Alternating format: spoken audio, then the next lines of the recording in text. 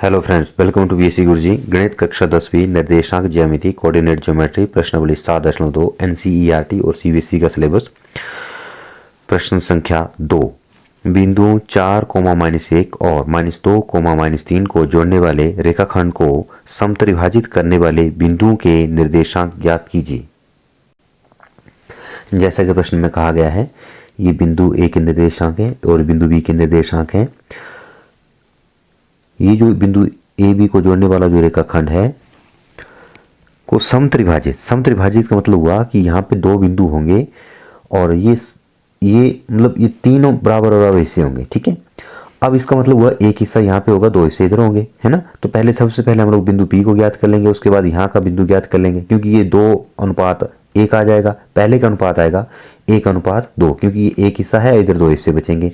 इस बिंदु के निर्देशांक क्या होंगे कि क्योंकि बराबर कितने हैं, कुल तो 3 हिस्से हैं, ये 2 हिस्से इधर रह जाएंगे और एक हिस्सा उधर रह जाएगा। तो इस बिंदु के निर्देशांक आ जाएंगे हमारे पास 2:1 आ जाएगा। ठीक है, तो इससे हम लोग बिंदु क्यू इस यहाँ पे अगर हम लोग लें तो उसके निर्देशांक भी हम लोग याद कर सकते हैं। ठीक है, अब हमें जब बिंदु पी के निर्देशांक याद करने हैं तो ये है हमारे पास m1 m2, ये आ गया हमारे पास x1 y1, ये आ गया हमारे पास x2 और y2। तो इस फार्मूले का इस्तेमाल जब हम लोग करेंगे तो मैंने जैसे कि पिछली वीडियो में बताया, बहुत ही आसान ये फार्मूला याद करने का।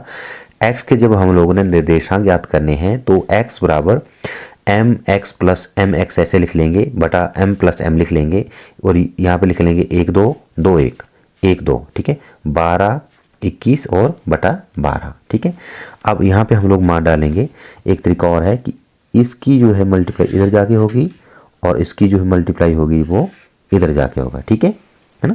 तो m1 का मान कितना हमारे पास 1 गुणा और इसकी मल्टीप्लाई होगी इधर जाके x का कोऑर्डिनेट -2 के साथ, प्लस m2 का मान हमारे पास है 2 गुणा इसकी मल्टीप्लाई होगी x1 कितना हमारे पास 4 बटा 1 जमा 2 बराबर 1 गुणा -2 जमा 4 दूने 8 बटे 1 जमा 2 हो जाएंगे हमारे पास कितने 3। 8 से 2 के बच्चे कितने 6 बटे 3, 3 एकम 3, 3 दूने 6, तो आ जाएगा हमारे पास कितना 2। अब देखिए जैसे हमें y के निर्देशांक ज्ञात करने हैं तो y बराबर my प्लस my बटा m प्लस m, ऐसे तो आसानी से याद हो जाएगा। यहाँ पे 1 2 2 1 1 2 12 21 बटे 12। अब यहाँ पे हम लोग मान डाल देंगे बराबर m1 कितना हमारे पास 1। ठीक है, और y2 कितना है -3 प्लस और m2 कितना है 2 इंटू y1 कितना है -1 बटा में आ जाएगा m1 कितना है 1 प्लस 2 बराबर 3 गुणा -1 प्लस 2 गुणा -1 2 बटे 3 आ जाएगा आपके पास 3 और 2 5 -5 बटे 3। ठीक है,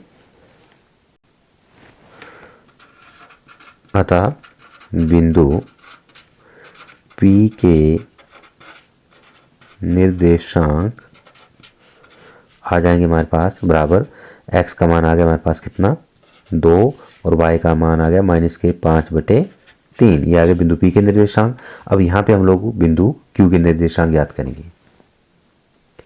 अब ये जो बिंदु P है इसके निर्देशांक हमने ऊपर ज्ञात कर लिए, ये हमारे पास बिंदु P है, ये Q है। ठीक है, तो कुल 3 हिस्से हैं जैसे कि हमने पिछली ऊपर डिस्कस किया था, 1 2 और 3 हिस्से हैं। ठीक है, तो यहाँ इसके निर्देशांक आ गए थे, इसका जो अनुपात आया था वो आया था हमारे पास तो 1:2 और इस बिंदु का अनुपात होगा 2:1, क्योंकि एक हिस्सा इधर है और 2 हिस्से इधर है। ठीक है, तो अनुपात आ गया। ये निर्देशांक हमने ज्ञात करने हैं। अब ये जो बिंदु Q है इसके निर्देशांक ज्ञात करेंगे हम लोग। ठीक है, ये आ गया हमारे पास m1, ये आ गया m2। ठीक है, ये m1 ये m2 इधर आ जाएगा और m1 का इधर मल्टीप्लाई होगा। ठीक है, ठीक है, तो आ जाएगा हमारे पास m1 कितना है m1 है 2 गुणा इसकी मल्टीप्लाई हो जाएगी इधर जाके -2 प्लस m2 कितना है, m2 का मान है हमारे पास 1 गुणा, और इसकी मल्टीप्लाई हो जाएगी इधर गुणा 4 बटा 1 प्लस, नहीं अब हो जाएगा हमारे पास 2 प्लस 1 बराबर 2 दूनी 4 माइनस के 4 प्लस के 4 बटा 3 बराबर 0 बटा 3 बराबर 0।